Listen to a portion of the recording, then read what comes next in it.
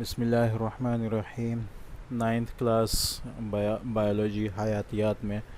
ہم نے چوتھے باب میں لاسٹ جو ٹاپک تھا وہ یو کیریوٹس اور پرو کیریوٹس کے بارے میں لیا تھا۔ اب جو ہمارا ٹاپک شروع ہو رہا ہے وہ خلیوں کے بارے میں ہے، اور ان کے جو خلیوں کے اندر جو ان کے حصے موجود ہوتے ہیں ان کے بارے میں ہے۔ یہ بہت ہی اہم ٹاپک ہے، اس لیے کہ کہنا چاہیے کہ بایولوجی اور حیاتیات کا جو سارا دار و مدار ہے وہ خلیے اور اس کے اندر جو اس کے اجزاء جو موجود ہوتے ہیں، سارا بایولوجی تقریباً 80% اور 85% بایولوجی جو ہے وہ اس کا انحصار انہی چیزوں پر ہے اور انہی کے پہچاننے پر ہے۔ یہاں اس ٹاپک سے کو شروع کرنے سے پہلے ایک چھوٹا سا ٹاپک انہوں نے یہاں کتاب میں اٹھایا ہے، گو کہ اس کے سمجھنے کا جو اصل مقام ہے وہ اس وقت ہے جب ان تمام اجزاء کو اچھی طرح سمجھ لیا جائے۔ لیکن بہرحال چونکہ کتاب میں یہ ٹاپک پہلے ہے تو اس کو ہم پہلے لیتے ہیں، لیکن انشاءاللہ یو کیریوٹس پرو کیریوٹس کا اصل جو صحیح سمجھنے کا موقع ہے، اور اسی طرح حیوانوں اور پودوں کے خلیوں میں جو فرق ہے اس کو صحیح سے سمجھ جو آئے گا وہ اس چیپٹر کے ختم ہونے کے بعد آئے گا، جب ہم سیل کے اندر جو اس کے اجزاء سارے موجود ہوتے ہیں ان کے بارے میں اچھی طرح پڑھ لیں گے۔ بہرحال ہمارا آج کا جو ٹاپک ہے وہ حیوانوں اور پودوں کے خلیوں میں فرق کے بارے میں ہے۔ اصل میں خلیے بیسیکلی دو ہی قسم کے ہوتے ہیں جو زیادہ تر موجود ہوتے ہیں، اور وہ حیوانوں کے اور پودوں کے خلیے ہوتے ہیں۔ اگر ہم شروع سے دیکھیں تو شروع سے یہی فرق آتا رہا ہے خلیوں میں بھی، کہ کچھ خلیے جو ہے وہ حیوانی ہوتے ہیں اور کچھ خلیے جو ہیں وہ پودے نباتاتی ہوتے ہیں۔ جب جتنے جو کنگڈمز میں جو فرق آئے ان میں بھی بیسک جو بنیادی جو سب سے بڑا فرق تھا کسی بھی کنگڈم کے درمیان وہ یہ تھا کہ زیادہ تر جو خلیے تھے یا زیادہ تر جو جاندار تھے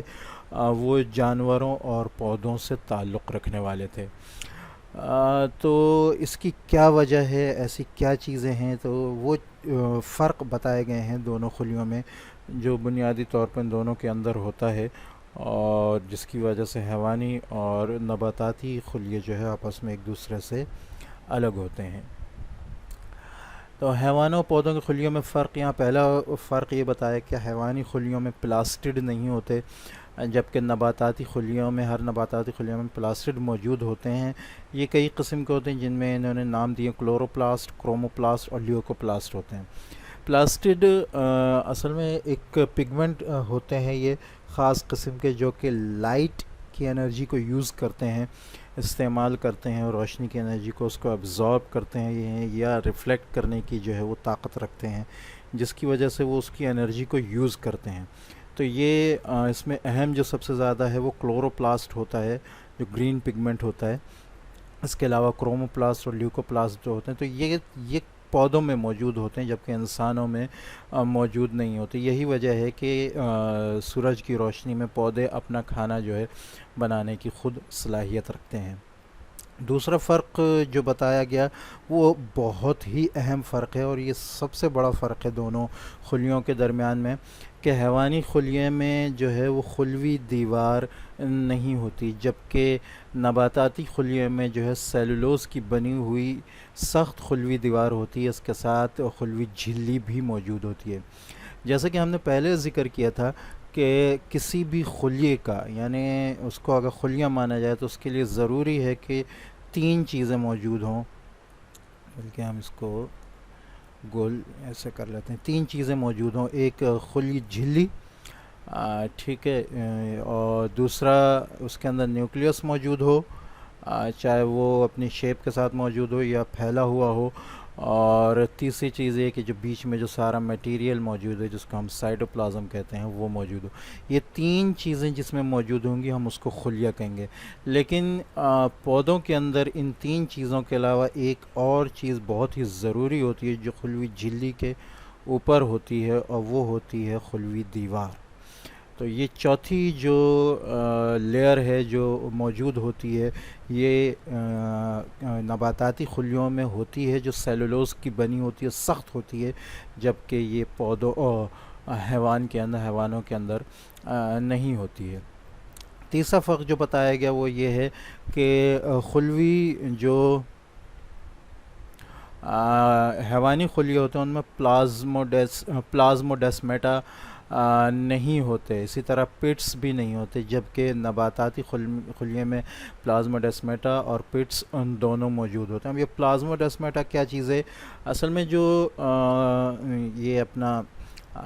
نباتاتی خلیہ ہوتا ہے، یہ خاص شیپ کا ہوتا ہے، جو کونوں والی شیپ ہوتی ہے، اس شیپ کا ہوگا یا یوں چورس شیپ میں ہوگا۔ تو یہ سیل وال کی وجہ سے اس کی یہ شیپ آ رہی ہوتی ہے، جبکہ حیوانی خلیہ اس قسم کا ہوتا ہے جس میں کوئی کونے وونے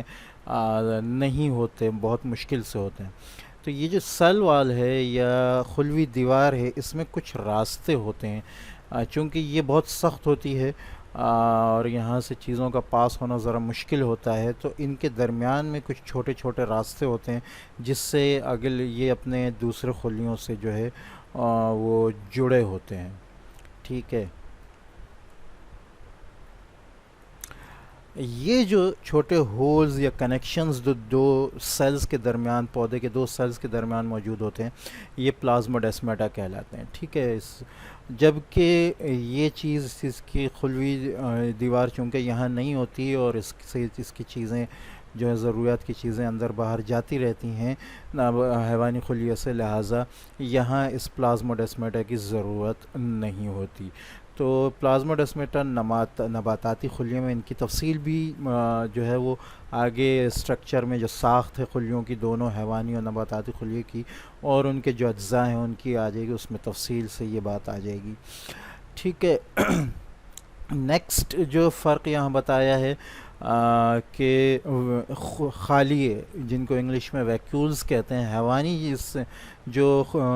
خلیے ہوتے ہیں ان میں خالیے موجود تو ہوتے ہیں، ایک سے زیادہ تعداد میں ہوتے ہیں لیکن چھوٹے ہوتے ہیں، جبکہ نباتاتی خلیے میں جو ہے وہ ایک بڑا خالیہ موجود ہوتا ہے، جو کہ خلیے کے اس کے اندر جو ہے اس کے کام کی چیزیں جو ہیں وہ کافی زیادہ تعداد میں موجود ہوتی ہیں۔ اصل میں خالیے جو ہیں یہ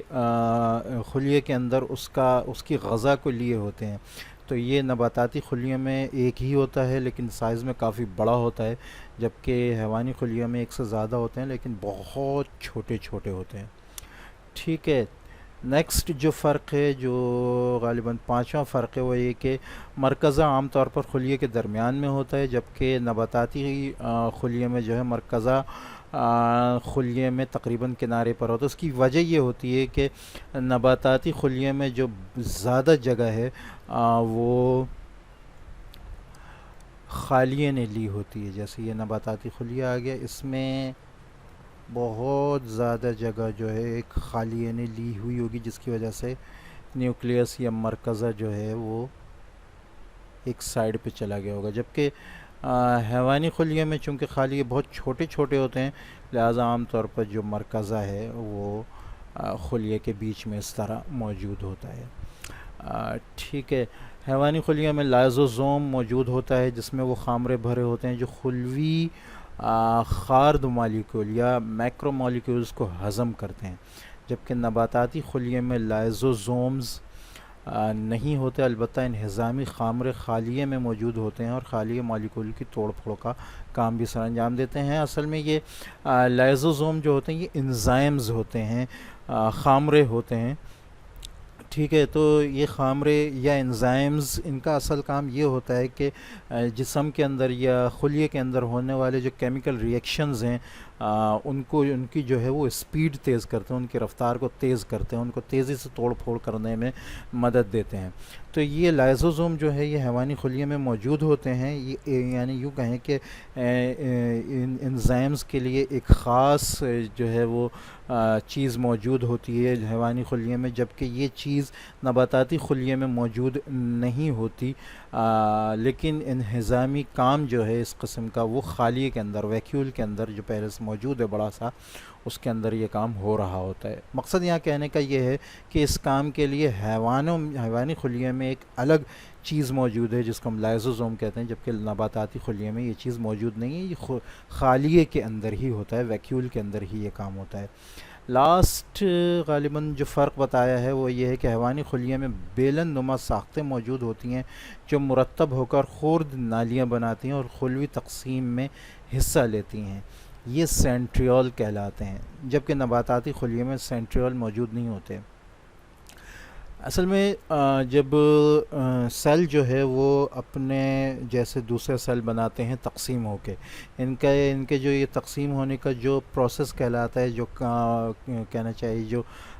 طریقہ ہے، وہ مائٹوسس اور میوسس کہلاتا ہے، جو آگے تفصیل سے آ جائے گا۔ اس میں کروموزومز ہوتے ہیں، کروموزوم بھی جو ہے وہ سیل کے اندر موجود، یہ بلکہ یوں کہیں کہ یہ اس کے اپنا مرکزے کے اندر موجود جو چیز ہوتی ہے، جو جینیٹک مٹیریل لی ہوتی ہے، یعنی جو چیز آپ کو آپ کے پیرنٹس سے مل رہی ہے، اس کو یہ چیز سنبھال کے رکھتی ہے۔ تو اگر ہم یہ اس طرح اس کی تصویر بنائیں، کیا نام ہے، کروموزومز کی، تو یہ کروموزومز جب سیل کی تقسیم ہوتی ہے تو یہ اس طرح کر کے دو دو جو ہیں دو سائیڈ پہ جاتے ہیں، ایک ایک خلیے کی طرف جاتا ہے، دوسرا دوسرے خلیے کی طرف جاتا ہے۔ تو اس کو جو چیز جو دھاگے کھینچتے ہیں وہ جو ہیں وہ کہلاتے ہیں مائکرو ٹیوبولز کہلاتے ہیں، ٹھیک ہے۔ تو یہ مائکرو ٹیوبولز جو ہیں یہ جس چیز سے نکلتے ہیں اس کے لیے جو چیز موجود ہوتی ہے حیوانی خلیے میں وہ کروموزوم کہلاتی ہے۔ یہ چاروں طرف سے جو سینٹریول کہلاتی ہے، جو چاروں، تو یہ دونوں طرف سے اس کو جو ہے سینٹریول جو ہے، ٹھیک ہے۔ تو یہ جو چیزیں جب سیل تقسیم ہوتا ہے، اس کی تفصیل مائٹوسس میوسس کے سبق میں اچھی طرح آ جائے گی۔ تو یہ اور ہو سکتا ہے کہ یہاں جب ہم کروموزومز کا ذکر کریں تو تب بھی آ جائے، اور سینٹریول کا تو ویسے بھی ذکر یہاں پہ آگے انشاءاللہ آ ہی جائے گا تفصیل سے۔ تو یہ جو ہے یعنی یوں کہیں کہ آسان اس پہ مختصر طور پر کہ یہ سیل کی تقسیم میں یا خلیے کی تقسیم میں جو ہے یہ مدد کرتے ہیں سینٹریول، ٹھیک ہے۔ اور یہ حیوانی خلیے میں موجود ہوتے ہیں، لیکن اس کا یہ مطلب نہیں کہ نباتاتی خلیے میں جو ہے یہ خلیے کی تقسیم نہیں ہوتی، اس کا یہ مطلب نہیں ہے، اس میں بھی یہ تقسیم ہوتی ہے لیکن یہ بغیر سینٹریول کے ہوتی ہے۔ تو یہاں انہوں نے تصویر بھی دی ہے دونوں خلیوں کی، تو اس کو اگر ہم دیکھیں تو یہ پہلا فرق تو ہمیں نظر آ رہا ہے کہ یہ اس طرح چورس ٹائپ کا ہے، یہ نباتاتی خلیہ ہے، جبکہ یہ حیوانی خلیہ ہے۔ اس میں اگر آپ دیکھیں تو خالیہ جو ہے ایک بڑے سے شیپ میں یہاں موجود ہے، جبکہ یہاں خالیہ دکھ بھی نہیں رہے، اگر ہوگا بھی تو بہت ہی چھوٹا ہوگا، ٹھیک ہے۔ نیوکلیس یا مرکزہ بالکل بیچ میں موجود ہے حیوانی خلیہ میں، جبکہ یہاں ایک سائیڈ پہ لگا ہوا ہے۔ اور بھی اگر ہم چیزیں دیکھیں تو سینٹریول بھی یہاں موجود ہوگا، جبکہ وہاں سینٹریول یہ رہے، جبکہ یہاں سینٹریول موجود نہیں ہے، ٹھیک ہے۔ تو تو یہ بنیادی فرق ہیں ان تمام حیوانی خلیے اور نباتاتی خلیے میں۔